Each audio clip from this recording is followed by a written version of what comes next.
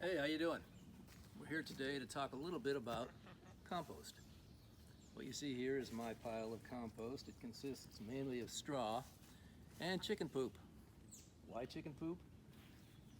Chicken poop is probably the most complete fertilizer that you can put on your garden. It has nitrogen, potassium, phosphorus, elements of copper, zinc. There have been studies that indicate that if you use chicken poop, chicken compost, that your plants in the garden will be more resistant to disease and pests. It really helps to rejuvenate the soil. In this case, the straw is the carbon and the chicken poop provides the nitrogen, all right? The reason you have to compost it is if you just put the chicken poop straight on the garden, it's extremely hot. In other words, it's loaded with nitrogen and it will burn your plants. I mean, burn them to death.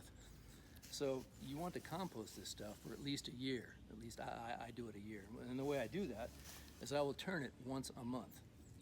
Beginning at the end of March, weather permitting, I'll get out here and flip this thing. And then, of course, at the end of April, I'll flip it again and turn it again at the end of June, so on and so forth. And in a year's time, I have some pretty fine stuff. I've used it all in the garden this year, so I don't have any to show you, but this is the process. So while you're looking for some worms, for people who have chickens and they're interested in using their chicken poop, the first step is, of course, to use straw or something like straw Right, in their coop. right. Straw provides the carbon and food for these guys. Actually, these girls and boys, and I mean that literally because they are hermaphroditic, these little red wigglers. You get these things in your compost pile and they help tremendously. You see that? You see one there? Yeah, I got it. There's another.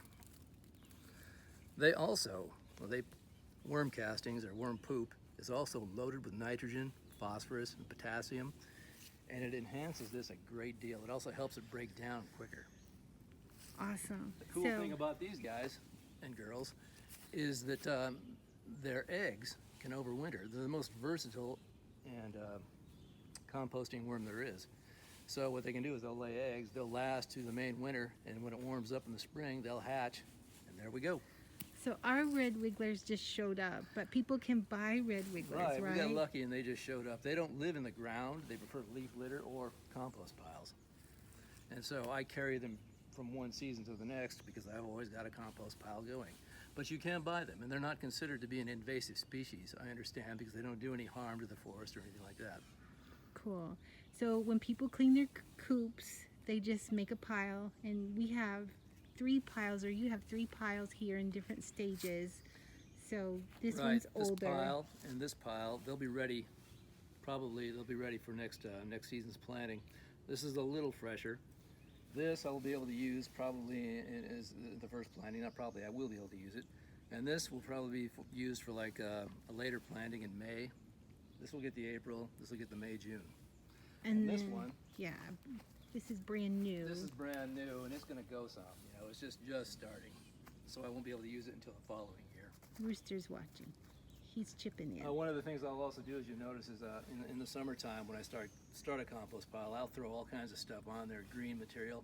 It's food for the worms, but it also breaks down and provides another nitrogen source. And now we're going to head to the garden, and I'm going to show you one of my failings. I ran out of compost this year, and not everything got it. A few of my tomato plants didn't get compost, and we'll show you the difference in what compost can do as opposed to just plain fertilizer. So this is a Hog's Heart paste tomato. This is Cherokee purple, and I believe this is another, oh, that's an Amish paste there. Anyway, these 3, they all got some compost, quite a bit, and they're thriving. They're doing really well. Maybe they could use some water, but other than that, they're doing great. And these are called mortgage lifter tomatoes. They grow a tomato that's about this big. They're very good, great for making sauce and tomato sauce and stuff. But anyway, as you can see, they're not nearly as good or as vibrant and full as the others. They didn't get any compost. They just are relying on the organic matter that I put in the soil, and then I use organic fertilizer, coop poop, which is pretty good stuff. Okay, here's the source material. Yeah, good job. Eat. Make that poop. The straw. It's my understanding that some people won't use straw in the coop. They use sand or something like that because they're concerned that straw causes mites. I don't think that's the case. Mites come from wild birds and just being out. Our chicken's free range, and so they have access to the same areas that wild birds have too. And if they're going to get mites, it's going to happen out there. It's not going to happen in here. If they do get mites, they'll bring them in here, but you just got to clean your coop.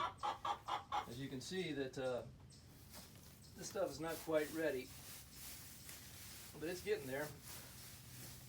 I give it another couple weeks, or maybe another week even, and I'll clean this out and put in fresh straw. I'll go put it on that pile that I started and showed you to begin with. I'll mention one other thing I do as well for my compost is we have ducks. And I clean out the duck house and I use duck poop in the compost. But more importantly, we have a duck pool. And I will take that duck water and dump it on the compost. I forgot to mention that it's important to keep your compost damp. You don't want to keep it saturated and soaked full of water, but you do want to keep it damp. And so that's what I use the duck water for. Duck water is just full of nitrogen and sediment and stuff like that, and it really enhances the compost as well. Oh, and people in the winter, they should cover their compost, is that right? Yes, you should cover your compost in the wintertime. And if it's going to, once it gets to where it's fairly close to being broken down completely, or if it's going to rain a bunch, I cover it then too. I don't want it to be saturated, and I don't want the nitrogen to be washed through.